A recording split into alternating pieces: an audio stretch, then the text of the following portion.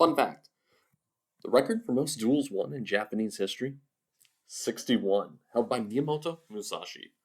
I'm Daniel with Fun Fact History, here to teach you all about the man behind the myth of Miyamoto Musashi. Now, Musashi obviously is well known by that metric of winning 61 duels alone, but he's become a mainstay in films, comics, manga, and anime, such as Vagabond or Tenkaichi, one I'm reading right now, really wonderful, or Fate. But the most fun fact is that there's so much more to Miyamoto Musashi that your average person just doesn't know. Musashi was born around 1584 in the Harima province of Japan. Now, I say around because well recorded birth records weren't really a thing unless you were a very important figure already at the moment of birth. A nifty fact, though, about the name Miyamoto Musashi is his birth name was actually Shinmin Takezo. Miyamoto comes from the name of his birth village, and Musashi no Kami was his title, denoting governorship over the Musashi province later in life. Thus, Miyamoto Musashi was born and became his most popular moniker.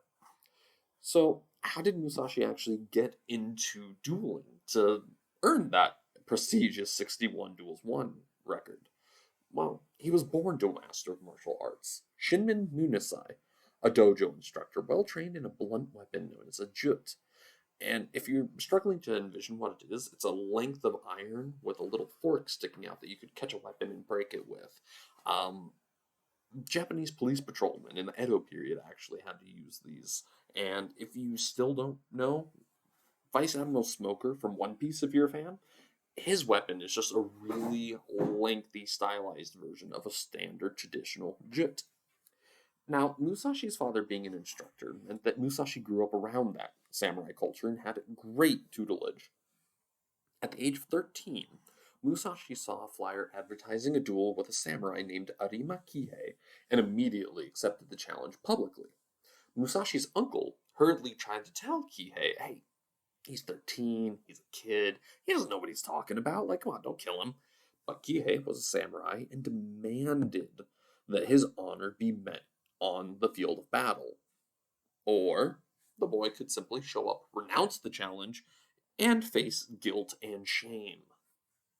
Not very likable as a prospect, so come the day of the duel, Musashi arrived with a 6 foot long quarterstaff, shouted his challenge to Kihei, and charged the man. He struck him right between the eyes, threw him to the ground with this blow, jumped on him, and kept beating his head until he died. Pretty ostentatious opening to your life, I guess. So, after this incident, Musashi continued to study fighting, and 3 years later, he challenged a very strong student of the sword, Tadashima Akiyama. Now, I say he's a very strong student, but that's because that's how Musashi himself would write about Akiyama later in life. Unfortunately, for the rest of history, the only way you can find Akiyama is second victim of Miyamoto Musashi. Still, it's better than nothing, right? So after killing Akiyama, Musashi set out on what would be a typical warrior's pilgrimage called Musha Shugyo. It's what Zen monks would undertake to seek enlightenment and what samurai warriors would do to get a broader perspective of Japan and culture itself. Now, he journeyed this way until the age of 21, when he found himself in Kyoto seeking out other martial artists of renown. Musashi won a lot of duels in Kyoto, but eventually decided to settle down and learn more about Zen Buddhist teachings. Uh, Eventually, he ended up at the Myoshinji Temple of Kyoto, extremely popular even in the modern day. It's a very well known temple of Buddhist teachings, and he practiced what's called Zazen, a meditative technique specific to Buddhist monks. Now, coincidentally, Musashi's father Munisai was tutoring a local lord in Kyoto named Hosokawa Tadaoki. Lord Tadaoki had a vassal named Nagaoka Seido who heard Musashi was in town and used his connection through the lord to talk to Munisai and introduced Musashi to the other half of Japan's greatest duel in history, a man named Sasaki Koshiro. Now, Koshiro, known as the Demon of the Western Province, was renowned for wielding an overly large katana in combat, over 1.5 times the length of a standard samurai sword. And Musashi, of course, wanted to accept a duel against someone who could become so powerful wielding an unwieldy sword. The duel between the two was set to take place on Ganrujima Island on April 13th of the year 1612 at 8 in the morning. But there was a hiccup in this, because at 8 in the morning, Musashi wasn't there. 9 in the morning, Musashi wasn't there. Impatiently, Koshiro demanded his servants go hunt down Musashi and bring him here. They found Musashi fully rested, sat down, had himself a good big breakfast, and just was leisurely walking towards the island. Several hours after the agreed upon time, Musashi began rowing his way out to Ganrujima Island, all the while whittling one of his oars into a practice sword. Now, this behavior had enraged Kojiro, and at this point, when he arrived, the man took his scabbard and threw it into the waters nearby, proclaiming this was not a friendly fight of skill anymore, but a duel to the immediate death. Musashi simply looked at the scabbard being thrown in the water and said, "You kind of need that thing to carry your sword, so since you threw it away, you're not confident you're walking away from this, are you?" Enraged, Koshiro leapt forward and gave him a vertical downward slash, removing Musashi's headband and slicing open his forehead. In response, Musashi swung his oar right into Koshiro's head, cleaved it open, and left him dead. So, 61 duels won, one of which was won with a freaking oar. And there's still more to the guy. 6 years after that legendary duel, Musashi moved to Kumamoto Castle at the behest of one Lord Hosokawa Tadatoshi. While residing here, Musashi allegedly actually lost a duel against one of his regular sparring partners, a man named Takada Matabe, in the year 1634. Now, I bring this up because Matabe would often visit the castle solely to practice with the famed Miyamoto Musashi, and he was renowned for wielding a lance in combat as opposed to a sword. And it's interesting because the local lords made the two fight, wanting to see a lance fighting a proper samurai weapon. Miyamoto had no choice but to agree. Matabe fought as well, and out of the 3 fights, the first 2, Musashi easily parried aside the lance thrust, tapped Matabe, declared victory. On the 3rd fight, however, Musashi suddenly proclaimed, "The lance slipped between my legs and touched me. I lose." Matabe himself thinks that Musashi fabricated that entirely to give his student and fellow warrior a sense of honor and the bragging right to say, "I beat Musashi." And it's interesting to me that a man renowned for his skill in dueling with such a large number under his belt just didn't care.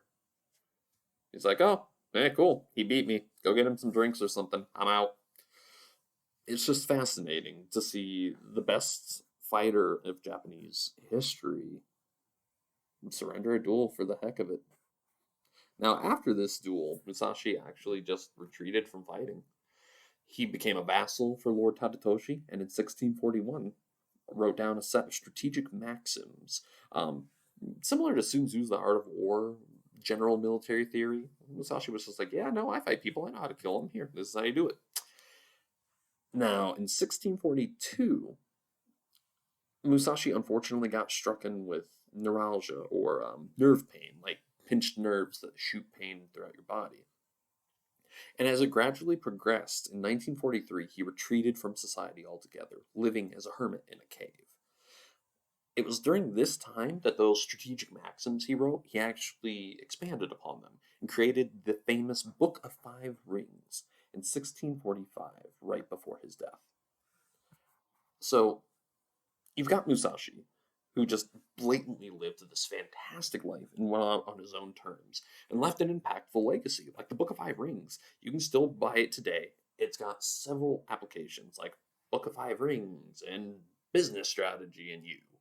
Similar to the Art of War, people apply it to everything.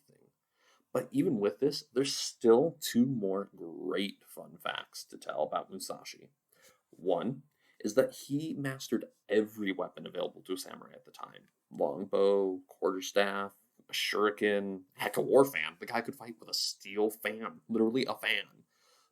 But his weapon of choice for most duels was actually wooden, practice swords. He would literally beat people to death. He was so advanced in skill that someone coming at him with a sword, he just takes out a bit of wood and beats him to death. Like, oh, cool, another 1-1. The other fun fact is I mentioned that he has swords. Musashi is probably most famous for the fact that he would fight with two swords at once in what he called the Niten Ichiryu style, which he himself created. And it's noteworthy because fighting with two swords isn't a thing in reality. Like in real life, humans can't do that too well. I In fiction you see it everywhere. And that's because of Miyamoto Musashi. For instance, English knights. If they're fighting, they have a long sword, one hand on the hilt, other hand actually on the blade itself usually, to leverage it and maneuver better in combat and control your opponent's sword. Or a shield and a sword, because it's optimal. You would bash your shields against each other, maneuver, and try to hit them. Fighting with two swords, you can't do that at all. You're going to tangle yourself up. You're going to get caught off guard. You can't defend as well. But Miyamoto Musashi, such a prodigy that he won the most duels in Japanese history with a subpar fighting style and using wooden weapons more often than not, or things like a war fan. Can you imagine being the guy who lost to a fan? But hands down, the man was immensely skilled, especially considering the fact that the second most duels won in Japanese history, 33. He got 28 more victories than the next best guy, almost double them. Like, it's incredible. And not really a fun fact per se, but a fun theory. The secret technique of Niten Ichiryu, modern proponents of the fighting style that have studied it think that a secret technique, what you see in anime and fiction generally, like, wow, my secret technique, throwing one of the swords. Based on the fact that Musashi was very skilled with shuriken, they believe that his short sword would be thrown at the opponent and then I'll follow up with the longer katana in his other hand to catch them off guard. Which, I mean, once you say it out loud, logically, it kind of makes sense, but feels a bit like cheating, man. Don't know. But not a fact. Nothing in history proves that. It's just theory from other martial artists. So, overall, there's your fun facts about Miyamoto Musashi. He was a true samurai who could write and paint, fight and teach, meditate and think deeply. His duel record of 61 will never be beaten. Like, it's the best. He gets to be forever the best.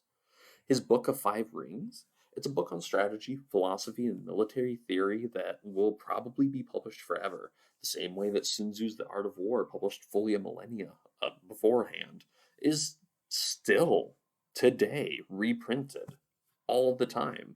I can find 25 different copies of The Art of War. I can find 25 different copies of the Book of 5 Rings. It's difficult to top Miyamoto Musashi. Writing that, influencing history, his dual wielding style, anytime you see that in fiction, Musashi is your guy. He's the reason that's such a trope. So, I hope you enjoyed learning a few fun facts from this video. Leave me ideas down below if there's any particular persons, any eras, any battles that you want to learn fun facts about and you simply don't have the resources to research. And also, just leave me comments what you enjoyed, what you think I'm terrible at, what I can improve on. And your final fun fact of the video, if you hit the thumbs up and the subscribe button, it'll help others learn some nifty history too. Until next time, have fun making your own fun facts in life.